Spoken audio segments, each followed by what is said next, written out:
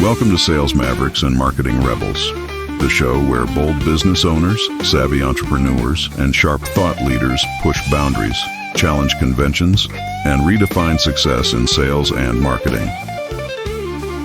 And now your hosts, Nicholas Loise and Marco Salinas. Hi there, it's Nicholas Loise with my partner in crime, Marco, and we are going to be talking all things sales and marketing. And this is the episode you've been waiting for of Sales Mavericks and Marketing Rebels. Marco, you are sporting the Texas Rangers. I am digging it. We're in the middle of baseball. Is it like just to give good luck? Are you going to the game after this? What's going on that? This is really for me, Nick. It's all about my love of Texas. I'm just, Okay. I love Texas, and the Rangers represent my state in such a great way. So I'm always sporting Texas Rangers gear because I do love baseball. I love that baseball is just one of those old school nod to America type sports, but then there's that Texas aspect that I really love as well. So I got to sport it, got to represent. You got to love it. You got to wear the colors. Now, you're in Texas too, and it's coming up to fall, and so football, Friday Night Lights is kind of your jam. There, are you a football fan also? I'm not as big of a football fan. I used to be a huge sports fan in general back in the 90s. I call that the glory days. Things were just, things were so normal and we just enjoyed sports and it was escape from all the BS. But, I just feel like there's too much crap that got in there. I don't pay as much attention to it. And that's why I stick with baseball more, because baseball's been better about removing a lot of that stuff. And specifically the Rangers, man, they've done a good job of just saying, hey, we're here for sports. We're here for baseball. People want to enjoy the game. We don't need any of that other crap. And so I've gotten a little more laser focus on baseball lately. All right. Yeah. I love it. Well, baseball is a show, right? And it's about giving the fans what they want. And in this episode, we're going to be talking about putting on a show. We're on the heels of the Democratic convention. And 2 weeks before, we had the Republican convention. Both of them are sales and marketing gems. You could just learn so much from both of them. So we're going to kind of piece them apart. This is unscripted. This is raw. We're not going to get political. We don't want people putting comments in.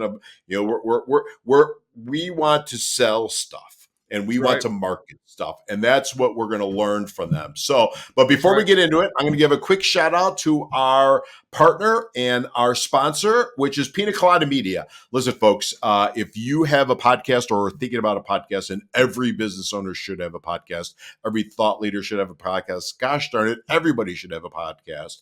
Look no further than Pina Colada Media to be your partner in creating that. Pina Colada Media is the sponsor of this show, as well as all the good work that we do is done by them. We look great. We sound great. He adds hair. He makes me look like George Clooney. He is the master at doing it. So Marco is the owner of Pina Colada Media, full transparency, but they are the go-to media specialist for all things podcast. And if you want to do it, just check them out online at pinacoladamedia.com. Once again, folks, that's pinacoladamedia.com. All right, we paid the bills. We're going to talk about all important things, which is what do you think? From a marketing perspective, Marco, and from a communications perspective, and from a sales perspective, because they're selling. I don't care what anybody says; they're selling. That's right. What's your observations from the last two conventions that we've seen? Oh my gosh, Nick, where do I even start, man? I mean, there's just so much to talk about with both sides, and again, it's really interesting because regardless of where you are on the political spectrum, you should be able to pull out some really important gems from both of these conventions, right? Yeah. Each one of them really in so many ways, some better than others, are complete masters.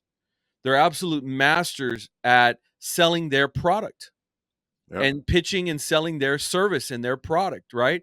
And they do it in a way which, and that's why I'm really excited about this episode, because a lot of this stuff encompasses the things that Dan has been preaching about for, from the very beginning, right?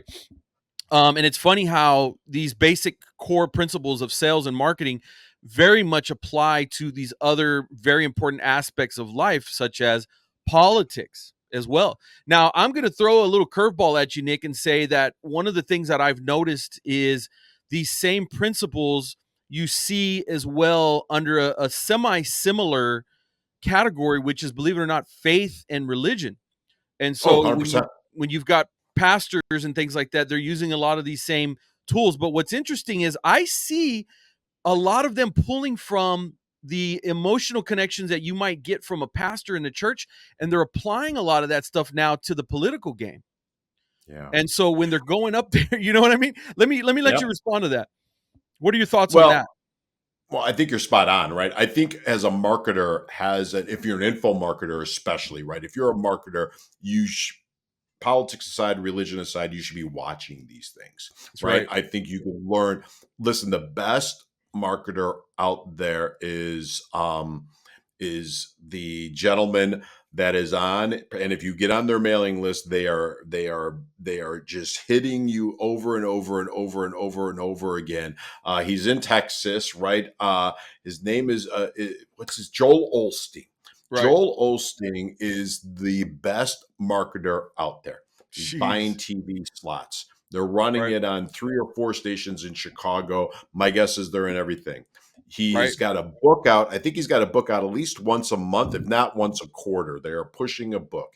He's got info products. He's doing live events. He's doing Facebook lives from his church. He is a marketing genius. Their Right. emails are great. You should get on their email list, watch how they sell, get on their Facebook group, watch how they sell.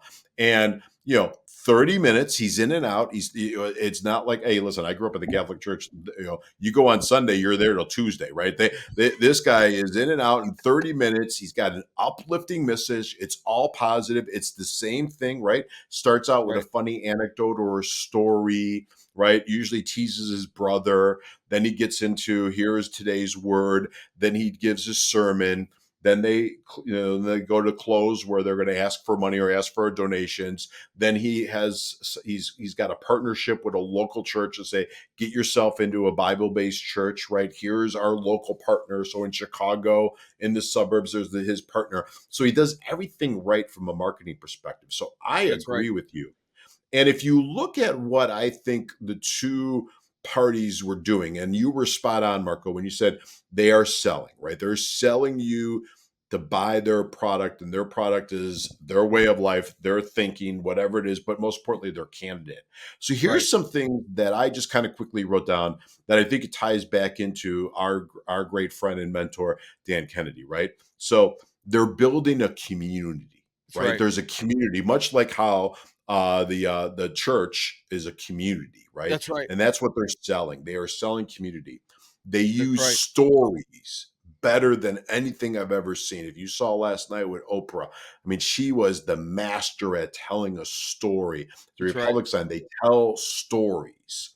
They use a lot of different types of speakers, right? So it's not just one, right? So That's right. they're throwing a wide net, and you've got male, you've got female, you've got young, you've got old, you've got beautiful like you, and you've got old like me, right? You've got everything out there, and they're putting them all up on stage. Right. They're tying it all through. So there's a theme. I thought the Republicans did a great job. A theme of a day, right? Every day Sure. had a different theme, and every speaker focused on that theme. So it's much like an event that we would do at GKC, or anybody does an event. It's the theme of the day, right? That's right. Um, That's right. Stagecraft. Oh my gosh, the stagecraft for both of them has been phenomenal. At the end, the Republican one, I haven't seen the end of obviously the Democratic because we're filming it and it's still going on, but that stagecraft for Trump was phenomenal. How he That's right. came out, and that stagecraft was phenomenal. It's a form of theater, Nick. It's a world of theater. You're spot on, Yeah. which is what marketing is, and event marketing is. But I also think it got every part of your senses, right? You could see it, you could hear it, you could feel it, you could probably smell it coming through with the smoke and all that. That's So they right. did a great job on that. Their That's right. branding is both parties' branding is on par, right? Big time. Messaging is on par. But I said it in the beginning, I'm going to say it again because we don't do enough of this. And I was just working with one of the sales teams that I work with and talk about the power of stories. Yeah, One thing that we've learned from Dan and all the great marketers is stories sell. that's right. You've got to use your story. And it goes back to Joel Osteen and the church that we were talking about That's is right. the use of the story. Well, one is they're quoting the best story out there, right? And if you think about Jesus, he told stories or parables to That's it. do his teaching, That's right? it. So it's the importance of storytelling to tie into the emotions, right? Very Because much so. how do you sell? You sell with stories and you sell with emotion, right? That's exactly Everything right. else doesn't matter. And so so that's my quick list. What are your Yeah. thoughts? I know, you got thoughts too, and No, I I love caught you that, cold on and it. yeah, let me throw in a couple of other things Okay. to further reiterate what you're saying. First and foremost, the storytelling thing, right?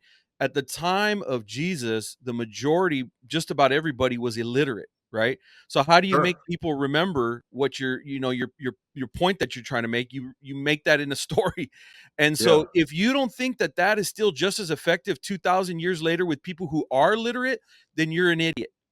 Point, just plain and simple, right?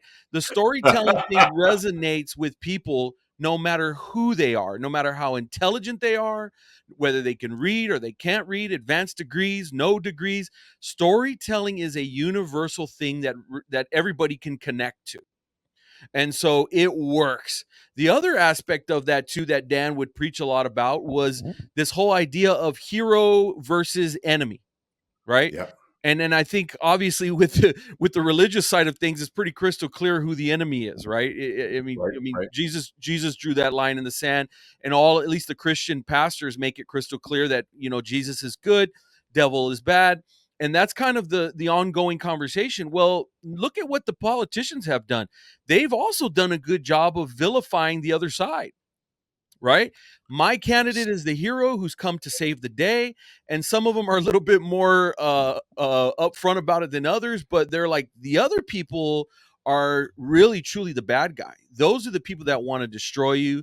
Those are the people that want to hinder your progress, which is interesting because they're both saying the exact same thing, right? They're just their message is just a little bit different. So maybe you can kind of give me some feedback based on your thoughts on that whole hero versus enemy thing, because that plays out in every story just about. So that's spot on. I didn't even think about that, right? You think about, there's only three stories, right? The hero comes to town, or a stranger comes to town, and he ends up being the hero, right? Uh, boy meets girl, boy loses girl, boy finds girl, right? So there are only a handful of stories, but you hit on probably the biggest one, which is good versus evil, and that's really, really, really smart. And if you think about it, the greatest companies and the greatest marketers, they're all for something and they're all against something, right? That's right. And it might be Apple, right, which was creativity and being different and avant-garde, and it was against Microsoft, right? Or McDonald's versus Burger King, or Coke versus Pepsi, right? So That's we're right. all for something and we want to tie some emotion to our brand, whatever that brand is. If you think about the world of GKC, which we both grew up in, it was small businesses have to be out there hustling and marketing and doing better, and we fight every day against big dumb corporations, right? That's right. And we don't have the money and we don't have the marketing ability to invest in them, so we got to be really, really, really, really good at what we do, and we got to be super, super on message. So it's good versus evil, right? And I think that's important, right? And we want our audiences and we want our prospects to realize who we are for and who we're against. And we want to invite them on this journey, right? On this journey of good versus evil. Let me help you. So that's a Sure. great catch. I didn't even think about that, but it was certainly they're both doing it, but Right. certainly also the pastors are doing it much better than anybody, because they have, the Right. best book in the world behind them. But listen, the the don't you see that though too? If you think about wrestling, right? They had the heel, right, and they had the winner, right? And That's right. and I think it goes back to, we started talking about sports. We started talking about baseball, right? There's been like everybody hates the Yankees a little bit, right? But they have the clean cut image, right? They have a certain brand appeal, and I think listen, in Chicago, where I'm filming this from, and you're in Texas, you got Chicago Cubs fans or Sox fans, right? And Right. Sox fans have an edge to them, and they're the Southsiders, and they're scrappy and winning ugly, right? And the Cub fans are everybody. It's a big party, and the joke is nobody was really watching baseball. They're all out there sunning, and they're all beautiful people, and they're all having just a fun time. That's And right. so, if you think about sports, I think it goes back to the beginning days, right? It was our national pastime is baseball, and it was escapism. But there's always been heroes, and there's always been Yes. I don't want to say devils, but there's always been the bad guy, right? If you think Right. about in the beginning, The it was arch Ty nemesis. Cobb, right? Right. There's been a nemesis, or we hated teams because they are against our home team, That's and right. so I think the best teams, i.e., brands, manufacture some level of a story. I That's grew right.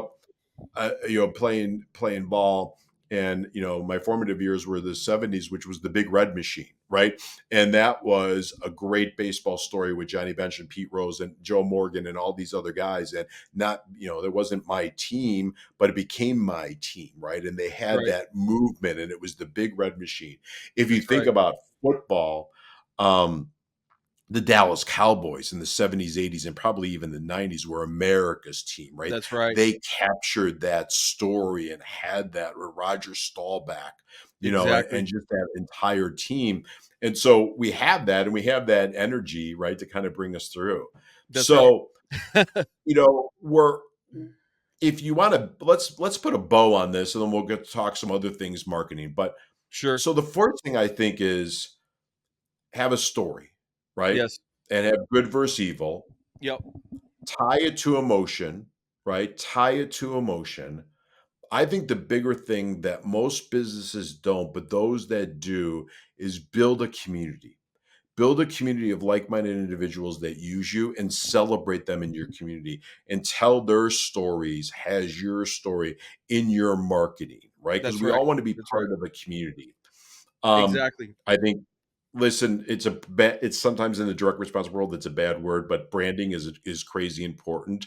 It Being is. on brand, being That's on right. message Yep. all the time, and use your emotion.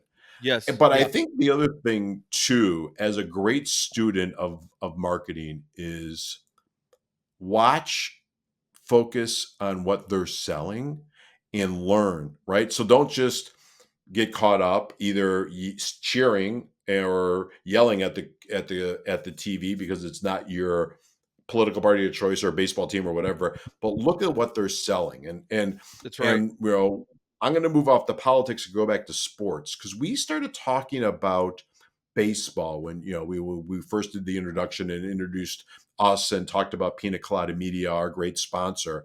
But the other thing, if you think about it, and I had an opportunity to see him speak and talk about it, the minor league baseball, I think, is one of the best experiences out there, right? Sure. Sure. And there's the Bill Veeck, right, who is Mike Veeck is his son and owns like 15 different baseball teams. And then there's the hottest team out there, which I think is called the Banana Splits, right? Or the yellow, and then what they do is they realize everybody was leaving them after like 5 innings in or 4 innings in. So they create an experience out there. And Right. if you just Google them real fast, you'll see.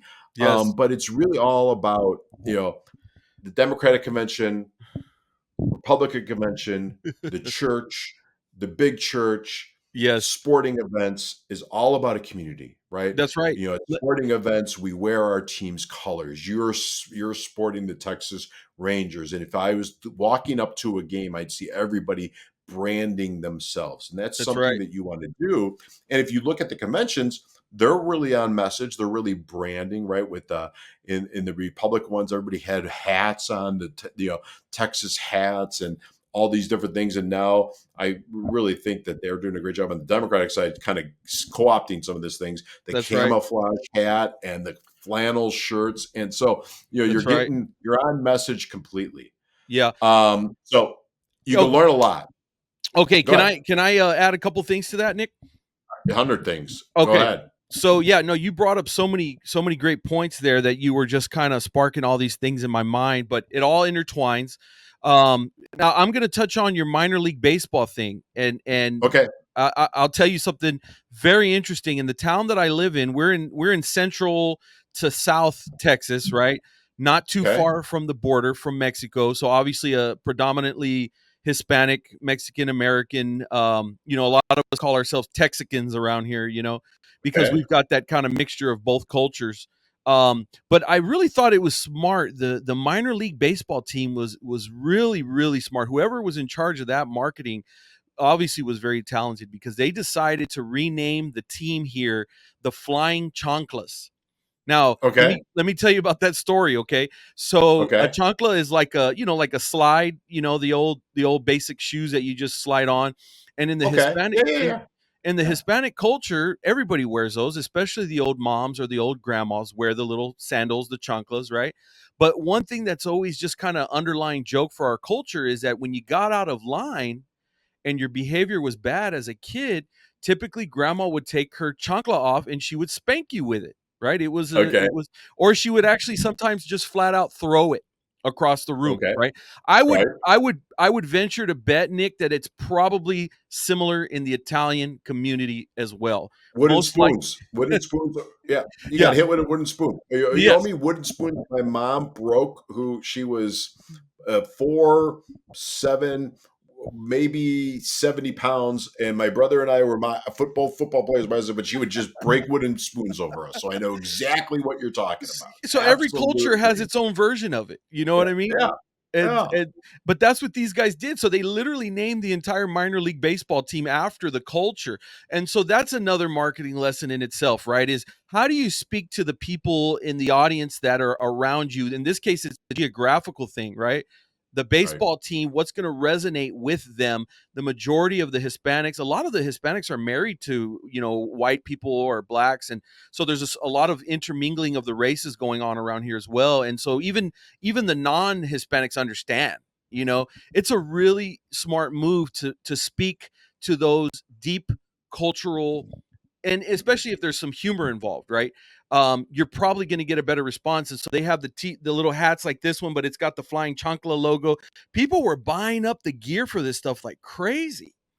Now, I if they would have love just that. called themselves something more basic, I don't think they would have done as well from a marketing Uh, perspective and from a branding, as you were saying, perspective.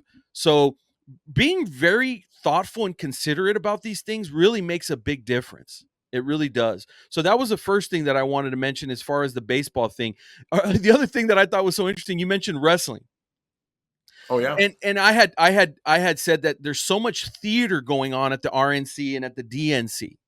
That's a huge part of what's happening with all politics in general. So it's interesting that you would tie it into something like wrestling, because wrestling is entertainment. We all know it's fake. We all know it's theater, but it's still entertaining. And at the end of the day, there's a story involved. So again, we kind of go back to these basic principles, right? And you know what? It is what it is. Politics is in many ways is fake like wrestling. Obviously, there are some things very real about it, but not all. There's a lot of it is a facade, Nick. A lot of it Uh, really is feel good stuff for us. it, it is, well, it's escapism, right? We want to escape, we want to enjoy, we want to cheer. I was just reading an interview by Bussy, right? The female, I think her name is Christina Carolyn Bussy, who owns the LA Lakers, right? I didn't know she also owns Women of Wrestling, right? So she also owns a wrestling brand. I But if see. you think about Showtime, right? You think about that, Gary Bussey knew when he was buying a team, he was getting out of the real estate business and getting into the entertainment business. And that's why they built Showtime and the Staples Theater and all of that. And so, you want to capture people's attention. And that's the best way to do that is with entertainment and with the Yes. story and Yes. with having it fun and exciting. And I bet you if I went to your minor league baseball game, it was fun, right? Sure. They're in between every innings, they're doing something to keep you active, right? Right. They want you going to buy stuff. and they want you there for all 9 innings so they can keep sell you beer to the seventh inning. At least here in Chicago, they stop at the seventh inning, right? And sell you pretzels and hot dogs and all That's that, right. and Yep. buy the gear. And Yep. so, listen, we're all marketing and sales, and we're all cut from the same cloth of we got to move tickets, we got to move peanuts, we got to move Coca-Cola, we got to move Budweiser or That's right. Modelo, right? And hot dogs and all the other stuff. And That's we right. got to move our candidates, right? We're selling you our candidates, whether we're Republican or Democratic, or we're selling you a better life, i.e. church, right? So we Right. kind of hit three major cornerstones that all use live events and marketing and sales to sell their product. Their right. product is peanuts, popcorn, Cracker Jack, a great experience, Coca-Cola, and tickets. Their That's right. product is vote for my guy or vote for my gal. That's their product. That's all they're selling. And That's right. we're right, and we will help you, and they're wrong, and they won't help you. And I'm not picking sides. That's Or right. finally, it's good versus evil, right? And come and share and be part of our community and listen and do good works and be a good person and give to your neighbor.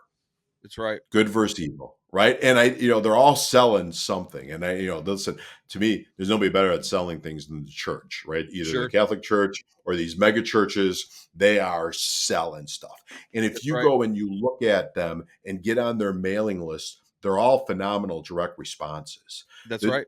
Both campaigns are great at direct response. They really Both are. campaigns their direct mail is great. I've seen the Trump side texts, I think, are better. They're great at getting you to click, right? Right. But the DNC side is good too. So they're great marketers, and Right. they hit their email, and so they're doing everything. They're on Yep. social media. They're doing live events. They're emailing you. They're mailing you physical mail in your thing. So as a marketer, as a business owner, you have product to move. You got to think about, how do I capture the attention? Because there's a lot of other people spending a lot of money capturing the attention. That's right. Folks, if you want to And capture attention, if I might add, Nick, there's no better way. Go ahead. Yeah. No, if I might add, they're also text messaging. Now the latest thing is you Yeah, get that's what I timed mean. text Yeah. messages. Yeah. So it would be the same night as Yeah. the DNC or the RNC. You'll get a text message saying, we need to put a stop to so-and-so. They are trying to Yeah. do XYZ, right? It's funny because I actually get messages from both sides. And again, the overall message is exactly the same. And so Change the name, right? Yeah. that's right. That's right. But they're allowed to. There actually are some legalities there that allow them to just kind of cold text people without repercussions like that a business might have or what have you. Only like kind of prior to the election, during political seasons. But I always stay enrolled in those things because again, I want to see the marketing and sales aspect of these things.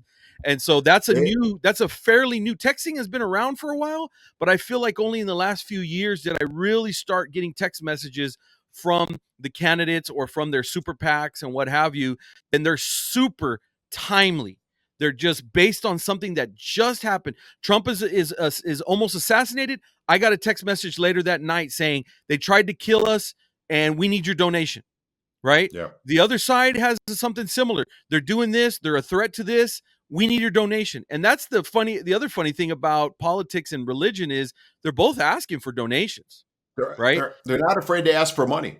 They're That's not right. afraid to ask for money. But the ironic thing, and it is, business owners are. That's Sometimes business owners are afraid to ask for money, right? They get stumble on the sales process of asking for what their worth is. And if you look at them, they're like, send me $30, send me $50. So it's a small way to open up the wallet. And then once they get you, they're going to keep on getting you. But they're not afraid to ask for the money. And That's for sure. That's for sure. So Yeah. All right, Nick, we'll hit a lot on you. Yeah. Let me ask you a question. So you're running sales performance team. This is something that you guys do. You go deep on these things. So from your perspective as the sales engineer, so to speak, right, helping these businesses craft and engineer their sales messages, a lot of what we talked about is what I would call sales choreography. That's what I learned from Dan and from the Mayflower Maiden, I believe is her name. Bellows. Yes. Wonderful ladies. Cindy Bellows. Yeah. Well, That's where I the new started bare kind of minimum. Yeah. that's where I started kind of understanding, like, wow, so businesses can actually create their own version of theater within their sales process, and it encompasses the storytelling, the good, the bad guy. The one thing that we hadn't mentioned yet was also just from the business perspective, making sure you're not trying to be everything to everyone, right? That's also a big part of this message is who are you really targeting? And at the same time, Dan talks about it, like, try to also be repulsive to the ones that you don't want to target, right? Right. If you want people that have money, then be repulsive to the people that are broke. You know Right. what I mean? If you want to help the little guy at the bottom, then make the bad guy, the rich guy, seem like he's evil. That's the story of communism, by the way. And so, all of those things are out there, and they've worked, and it's phenomenal how effective. So you read this book by Karl Marx. I mean, it was, as much as I disagree with it, it was colossal in terms of how revolutionary the ideals were behind it, you know? And it was really about putting this person against this person. It was the ultimate version of being all in for one and completely repulsive to the other. So, talk to me, Nick, about how you guys employ all of those strategies with sales performance team. Well, I think you hit on it, right? When you're kind of just saying it, and the secret sauce is really the sales choreography, right? And we call that, creating your sales playbook. And so it's really in essence taking a prospect based on who they are, right? Based on their archetype. Are they a driver personality? Are they an intrinsic personality? Who are they? How do they buy? And taking them through a systemized, proven and repeatable sales process, right? And then teaching the team to do it over and over and over again. And what does your follow-up sound like? What does your messaging sound like? And we got to work with sales teams all over selling all different products, right? And my biggest pet peeve is some sell the same way to everybody. And you shouldn't do that, right? You got to sell differently. One is your super fans get sold to differently. New prospects get sold to differently. Different personality types get sold to differently.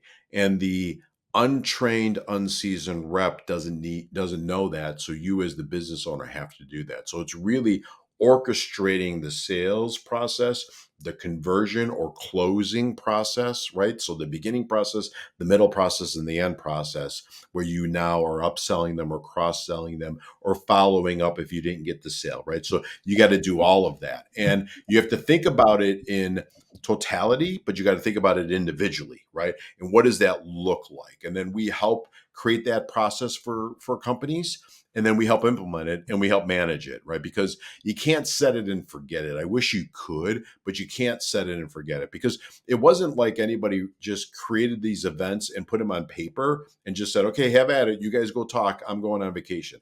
There's Right. somebody there as the director of this thing, managing it every step of the way, right? Whether you're at either one of these conventions, there is somebody managing everything. And as a business owner, sometimes they don't have time for that, so they hire us to do that.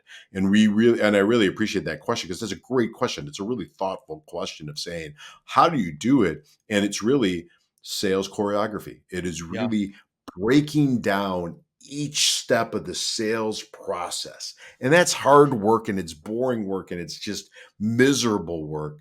But we love it and we do it. And then, once now you got a playbook. And then what you also have done is you've created a sales process. So when you go to sell your company, you're going to have a higher sale price because of the fact that your competitors don't do this. Your competition doesn't do this. Other businesses for sale don't do that. And Yeah. so you leave nothing to chance. As Dan says, nothing good happens by chance. Only bad That's right. things happen by chance, right? That's So you right. got to process everything and follow up everything. And, as a good direct response marketer, as a good marketer and a good salesperson, you just kind of create this. So Love thank that. you for that. Love that. Now, folks, you need a podcast. You need a podcast to position yourself. You need a podcast to grow. You need a podcast to go out and do business development by bringing on as guests your ideal clients or your customers to raise them up, to create a community. How do you create a community? We talked about creating a community. I think a podcast is one of the best ways to do it. There's nobody better at Pina Colada Media. There's nobody better doing it. Tell me a little bit about it, Marco. How do they find Pina Colada Media? Well, typically the website is the best thing, pinacoladamedia.com. You can also find me on LinkedIn. And I just want to say a big part of who I've been focusing on lately, Nick, is businesses that typically don't have a podcast. That's kind of what I think that's slowly becoming our USP. We're looking for Okay. businesses and niches or industries that maybe don't normally have a podcast in that world. And so imagine how much louder your voice is. Imagine how much more engaged your community would be. Imagine how much more effective you'd be at becoming the hero and then finding ways to identify the enemy within your niche, right? All of the things that we talked about in today's episode, you're able to do if you combine that with a little bit of a podcast and community growth and a little bit of the sales performance team technique. So talk That is about putting a beautiful. bow on All top. right, How's that Sales for closing Mavericks things out? and Marketing Rebels. This is another episode brought to you forth by Pina Colada Media, your partner in creating your podcast. We had a ton of fun. Listen to us next time. I'm going to tease a couple guests, right? So we got some guests coming up. I know these first couple ones have been us kind of pontificating. Yes. Listen, I call him a Renaissance man. One of the best guys out there as a marketer, as a lawyer, as a man, as a husband. Talk about spiritual, we're talking about church. He's a great guy. Ben Glass, he's got a new book that he co-wrote with Dan Kennedy that is coming out. And so we are really, really excited to have him. We're going to have him out. I guess he's doing the tour right now, and he's got some things coming up. But in the month of September, he's going to be part of us. We got some other guests that are going to be surprise guests. So we got maybe Mr. X coming. But yeah, look for us on all the great channels that you watch your podcast. YouTube, you can find us. You can find us on Apple. You can find us on Spotify. You can find us everywhere because Pina Colada Media does such a phenomenal job of getting us on everything. If you like us, please like us. If you got a comment, please send a comment to us. Let us know. Your feedback is important. If you have people that you want to talk about or want us to get as a guest, put that in there also. Once again, Sales Mavericks and Marketing Rebels. This is your community. This is your show. Thank you for listening. We look forward to next week. Take care. Thanks for tuning in to Sales Mavericks and Marketing Rebels. If you enjoyed today's episode, be sure to subscribe, share, and leave us a review. Keep pushing the limits in your business. And remember, the Mavericks and Rebels are always ahead of the game. Catch you next time.